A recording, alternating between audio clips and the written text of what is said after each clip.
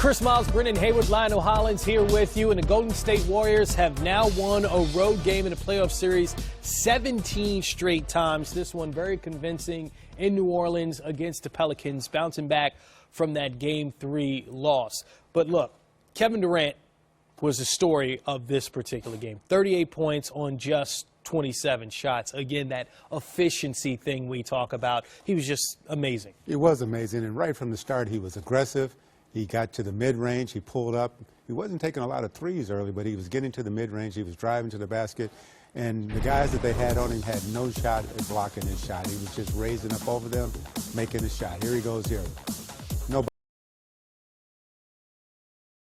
Nobody's blocking that. He's 7 feet tall, and he's got long arms, and he has a high release point.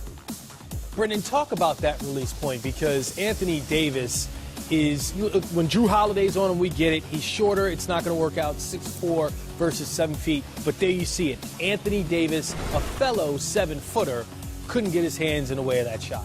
Yeah, Kevin Durant, he's a legit 6'9", 6'10" himself. And he has great jumping on his jumping ability, leaping ability, and he gets such great arc and range on his shot. You see right there, that's Anthony Davis putting a hand in his face. KD still shooting the basketball like AD isn't even there. He has a feathery touch.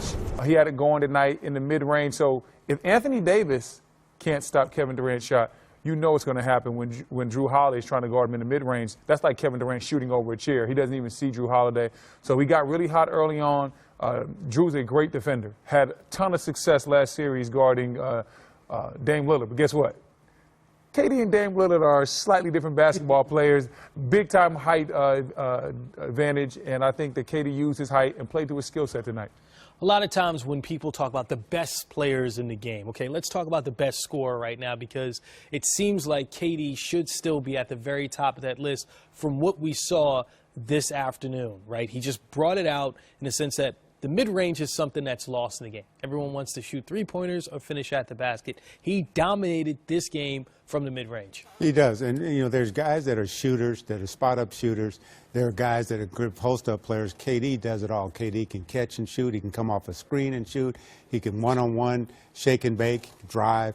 And he's always been a natural scorer. I think, there's guys that know how to score. He's always been that kind of guy, and he showed it tonight because he came out and he said, I'm going to put you guys on my back tonight. Curry's a little bit off. I'm not waiting on Clay. I'm going to do it myself. He has an infinite scoring range, and so that means he can pull up from deep. He can get it done in the mid-range. He can score on the block, on the post, and no one can really stop him just because he's so tall and has great touch. So when a guy like Kevin Durant comes out there with that aggressive, hungry mindset that Draymond said he needed to come out with, then you see a very active KD.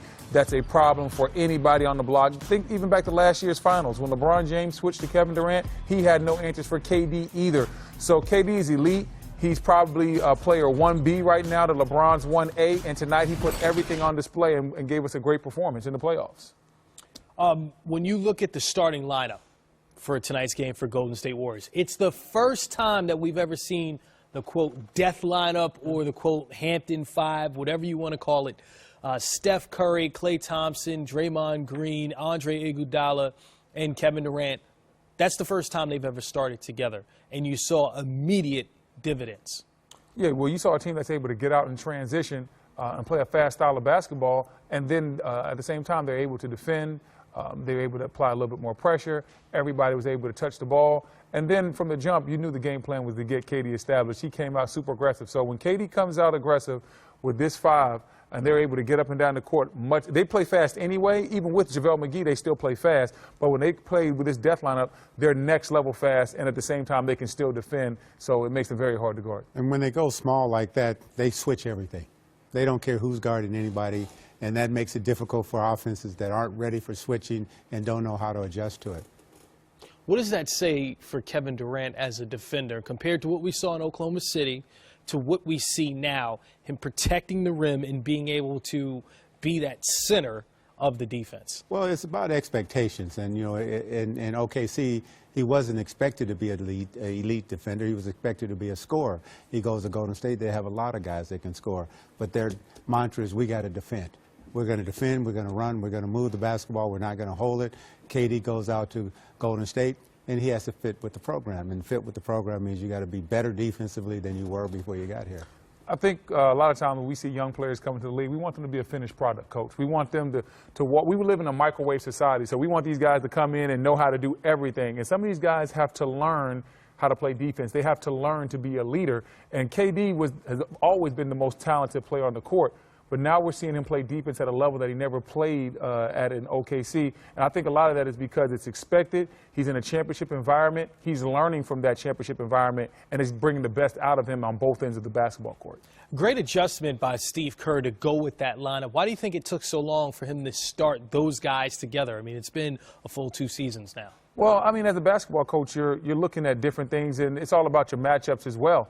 And so a lot of times you might think, hey, this guy's playing well, or we normally like to do this lineup, and this guy plays better off the bench with the reserves, and there's all types of numbers that prove to you why this lineup is better than that. So there's a bunch of different reasons. At the end of the day, I think the matchup dictated that they needed a little bit more athletic lineup, so they put Iguodala out there. He's able to guard multiple people. They're able to switch a bunch of screen and rolls, and that way they're able to force the Pelicans to play one-on-one, and Golden State has very, very good defensive players. And what happened, too, is when you have a game like the third game, and the Pelicans played so well, you're trying to make an adjustment. And they went home and they said, what adjustment can we make that take the momentum away from them and make them have to do something different? They took Rondo out of the game a little bit with this lineup. And they did a great job also on AD in the post and the way they play, because they're a little quicker and a little bit more versatile and playing the pick and rolls, as Brendan just said. And as a coach, you always have something in your back pocket that you're trying to hold on to when it's absolutely necessary. And he needed something to give them some energy and give them a little bit more focus to go out and be who they're supposed to be, because it's hard when you've been as good as they have for the last few years. And you look defensively also, like their pressure, they were able to turn the Pelicans over a lot. You look at this team, 19 turnovers to only 17 assists. I think a lot of that had to do with that lineup, how they started the game out, how they were able to pressure, get into the ball. Limit Rondo's effectiveness. And I think a lot of that had to do with that lineup, that new lineup that Steve Kerr put out there. Look, in Game 3, Rondo had 21 assists. In this Game 4, just 6 assists, 6 points. He did have 11 rebounds, but as far as making it happen for the Pelicans, it did seem as though it was more difficult of a task for Rondo to get that going. What did you see defensively from Golden State, specifically on Rondo, that made it so difficult for him? I think they had, like I said, they have a bunch of long athletic defenders, and so they were able to get into Rondo a little bit. And then at the same time, Rondo, he took some shots, he didn't hit them, and they were able to just recover and not give him the same easy looks, the same easy passes. Some of those easy lobs where Rondo's just sitting there all day picking them apart, they were able to get some hands up in those type of passing lanes and make things a little bit more difficult. Their team defense was a lot better tonight than we saw in Game 3. And also, they had to play more one-on-one because of the versatility of the defense. And then some of the guys, Mirotic didn't play very well and didn't shoot the ball very well. So when those guys aren't doing it, Rondo's assists are naturally going to be down. I don't think it was all of what they did to Rondo. I think it was a combination.